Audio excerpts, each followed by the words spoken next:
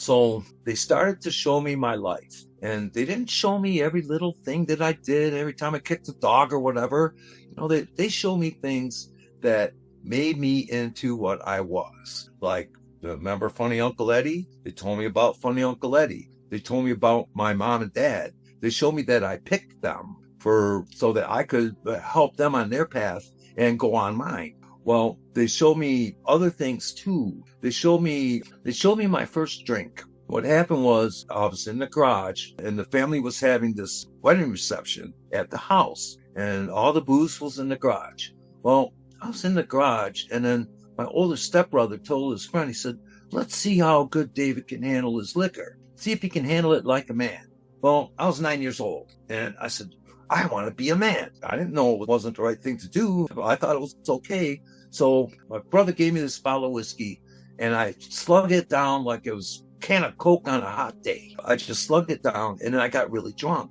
And that's how I started drinking. And I wanted to, and the bad part about it wasn't him having me drink. The bad part was I liked it. And that was the bad part. And that's one of the reasons why I kept drinking for as long as I did. They show me Uncle Eddie and they show me what happened with him and me. Okay, I'm not going to go into detail. They also show me just interspersed in between it all good things, fun things that I did when I was a kid before I started hanging out with the gang. It was really great. It was like riding mini bikes and hiking and going up north and doing all kinds of good stuff. I mean, we had our fads. I mean, we decked out our bikes and, it was all good fun stuff that they showed me too. And it was just interspersed between the bad stuff. And then it got to the point where I was coming up on what I did, current time or whatever you want to call it. And then they asked me, did you have a more positive life or a more negative life? What do you think? And I wanted to say positive because I knew that if I was positive,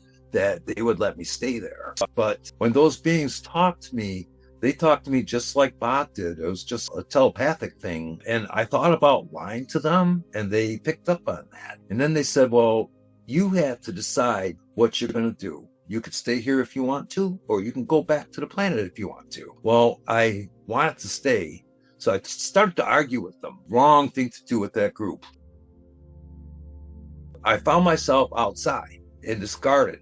There was a stone bench there, a white stone bench, and there was all these flowers and everything. And there was a river that was off to the distance. So I was sitting there by myself and I started thinking about, well, what can I do? I need to find a way. And I started thinking all about me. I wanted to stay there. Then Bob came and he asked me what I was going to do. I told him, says, well, I want to stay. He said, well, you got to think about it first. So I asked him, I said, well, what's going to happen if I go back? And he said, you're going to get married soon. Your wife is near and you're going to have children. And one of those children is going to be way different than the others. And I'm supposed to be there for him and the others. And then he said that I would have problems with jobs. Said I've had problems with my health. He told me bad things that were going to happen to me. I still wanted to stay there. So I asked him, well, when will I go back? He said, I can't tell you. So I started asking him leading questions like, well, where am I going to be living when I die? That kind of thing. He showed me where I would be living, and it's basically the area where I live in now.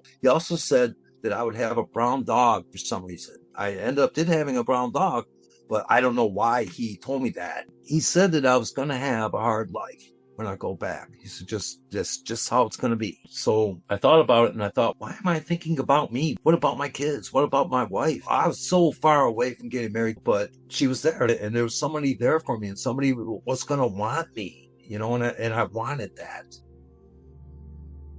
So I decided that I was going to go back and I told him. He said, well, okay, there's something we had to do. So got up, we floated over to this river and he told me that the river cleanses you from things that you can't share. Then he told me that I was to share my story and he touched me on what would have been my lips.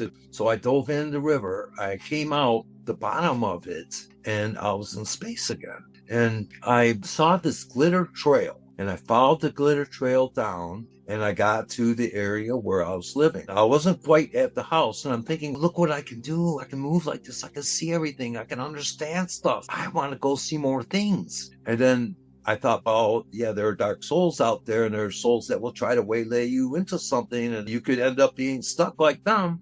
So I decided that I wasn't going to do that. Got to the house, and I watched the sunrise, and the sun made noise too. And it was beautiful. I had all this new stuff, and I had a brand new day, and I wanted to share everything with everybody right away. So I went back in the house, but I didn't go through the door. I realized that I could just go through the house to get in it. So see my body laying there, and I didn't want to do it, but I kind of laid on top of it, and I got into my body.